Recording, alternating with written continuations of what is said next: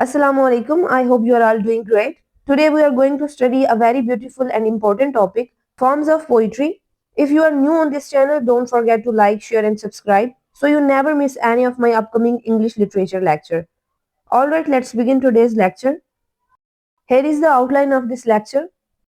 In this video, we will learn about these forms of the poetry. First one is lyric, then narrative, dramatic, descriptive, epic, ballad, ode, elegy, sonnet, satirical poetry, dedicated poetry, and pastoral.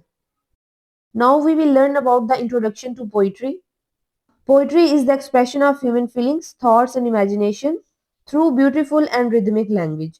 Shayari literature की वो form है जिसके ज़रिए इंसान अपने एहसासात, ख्यालात और तख़य्युल को खूबसूरत और पुरअसर लफ्ज़ों में बयान करता है। ये आम गुफ्तगू नहीं होती बल्कि इसमें जज्बा और मानी खेज गुफ्तगू होती है और पोइट्री में शायर के अल्फाज सिर्फ सुने नहीं जाते बल्कि महसूस किए जाते हैं। एग्जाम्पल हमारे पास आती है विलियम वर्ड्सवर्थ की डैफोडिल्स। विलियम वर्ड्सवर्थ अपनी पोएम डैफोडिल्स में कहता है I wandered lonely as a cloud. इस नज़म में शायर ने अपनी तन्हाई और खुशी को फितरत के जरिए जाहिर किया है। जब वो हजारों पीले फूल देखता है तो उसका दिल खुशी से भर जाता है। यही शायरी का कमाल है कि जज्बात को लफ्जों की खूबसूरती से जाहिर किया जाता है इसमें। Now we will learn about the first type of the poetry, which is lyric poetry. Lyric poetry is a short poem in which the poet expresses personal thoughts, emotions and feelings. Lyric poetry वो नज़म है जो शायर के ज़ाती जज्बात और एहसासात को बयान करती है। ये आमतौर पर मुख्तसर होती है और दिल को छू लेने वाले वाक़यात होते हैं इसमें, जैसे कि मोहब्बत, खुशी, उदासी या उम्मीद जैसे जज्बात इसमें दिखाए जाते हैं। एग्जाम्पल हमारे पास आ जाती है W.B. येट्स की poem when you are old. इस पोएम में शायर अपनी महबूबा को याद दिलाता है कि जब वो बूढ़ी होगी तो उसे याद आएगा कि किसी ने सच्ची मोहब्बत की थी उसके साथ। ये एक लिरिक पोएम है क्योंकि शायर ने इसमें अपने जो जाती जज्बात हैं उनको बयान किया है। Now we will discuss about the narrative poetry. Narrative poetry tells a story through words. Narrative poetry वो नज्म है जिसमें कहानी बयान की जाती है। It includes characters, plot and setting. इसमें कैरेक्टर्स होते हैं, प्लॉट होता है और उसकी सेटिंग होती है। ये पोइम रीडर को किसी सबक या इखलाकी पैगाम के साथ कहानी सुनाती है। एग्जाम्पल है हमारे पास सैम्यूल टेलर कॉलरिज की the rhyme of the ancient mariner. इस पोइम में हमें ये देखने को मिलता है कि एक मलाह जो है उसने परिंदा मारा और उसकी सजा भुगती फिर उसने। ये नैरेटिव है क्योंकि इसमें कहानी, किरदार और सबक सब मौजूद हैं। Now we will discuss about the dramatic poetry.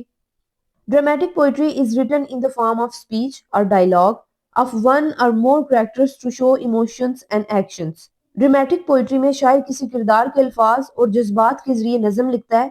ये ड्रामे जैसी होती है क्योंकि इसमें मुकालमा और किरदार की कैफियत जाहिर होती है। एग्जाम्पल है हमारे पास रॉबर्ट ब्राउनिंग की माई लास्ट डचेस। इस पोएम में एक शोहर अपनी बीवी की तस्वीर दिखाते हुए अपना गरूर और हसद जाहिर करता है। ये ड्रामेटिक है क्योंकि इसमें शायर नहीं बोल रहा बल्कि वो किरदार बोल रहा है। Now we will discuss about the descriptive poetry. Descriptive poetry focuses on detailed and vivid description of people, places, objects or nature. Descriptive poetry में शायर किसी मंजर या चीज या फितरत को इतनी खूबसूरती से बयान करता है कि रीडर के जहन में एक वाज़िह तस्वीर बन जाती है। एग्जाम्पल में हमारे पास आ जाता है विलियम वर्ड्सवर्थ की डैफोडिल्स। शायर ने हजारों पीले फूल देखे और इसमें उसने उनका मंजर बयान किया और पढ़ने वाला खुद को वहां महसूस करता है। ये डिस्क्रिप्टिव है क्योंकि कुदरती मंजर की मुकम्मल तस्वीर पेश की गई है इस पोएम में। नेक्स्ट हमारे पास आ जाती है epic poetry. Epic poetry is a long narrative poem that tells the story of heroic deeds, adventures or the history of a nation or culture. Epic poetry लंबी नज़म है जो किसी हीरो या कौम की बहादुरी और अहम कारनामों की दास्तान सुनाती है। ये पोएम संजीदा और शानदार अंदाज में लिखी जाती है। एग्जाम्पल है हमारे पास जॉन मिल्टन की पैराडाइज लॉस्ट। इसमें हजरत आदम अलैहिस्सलाम और हव्वा अलैहिस्सलाम की कहानी इंसान की गलती और निजात का सबक है। ये एपिक है क्योंकि इसमें अजीम किरदार और तारीखी सबक शामिल हैं। नेक्स्ट हमारे पास आ जाता है ballad. A ballad is a short narrative poem often set to music that tells the story of love, adventure or heroism. Ballad एक कहानी नुमा नज्म या गीत है। ये आमतौर पर सादा और मौसीकी के साथ होती है ताकि सुनने वाले लुत्फानंदोज हों। एग्जाम्पल है हमारे पास the ballad of Sir Patrick Spens. इस पोएम में एक मलाह बादशाह के हुक्म पर सफर करता है लेकिन समंदर में डूब जाता है। ये बैलेड है क्योंकि इसमें कहानी और बहादुरी दोनों मौजूद है। Next, we will discuss about the ode. An ode is a poem written to praise or honor a person, idea or object in an elevated and serious tone. Ode वो नज्म है जिसमें शायर किसी शख्स, चीज या ख्याल की तारीफ और इज्जत करता है।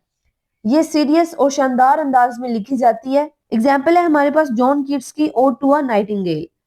इस पोइम में शायर ने बुलबुल के गाने की तारीफ की और जिंदगी के दुख और सुकून पर गौर किया। ये ओड है क्योंकि शायर ने इसमें तारीफ भी की है और गहरी सोच का इजहार भी किया है। Next, we will discuss about the elegy. An elegy is a poem written on mourn and express sorrow for someone who has died. Elegy वो नज्म है जो किसी के मरने पर दुख और अफसोस जाहिर करती है। ये नज्म मोहब्बत, याद और एहतराम का इजहार भी करती है।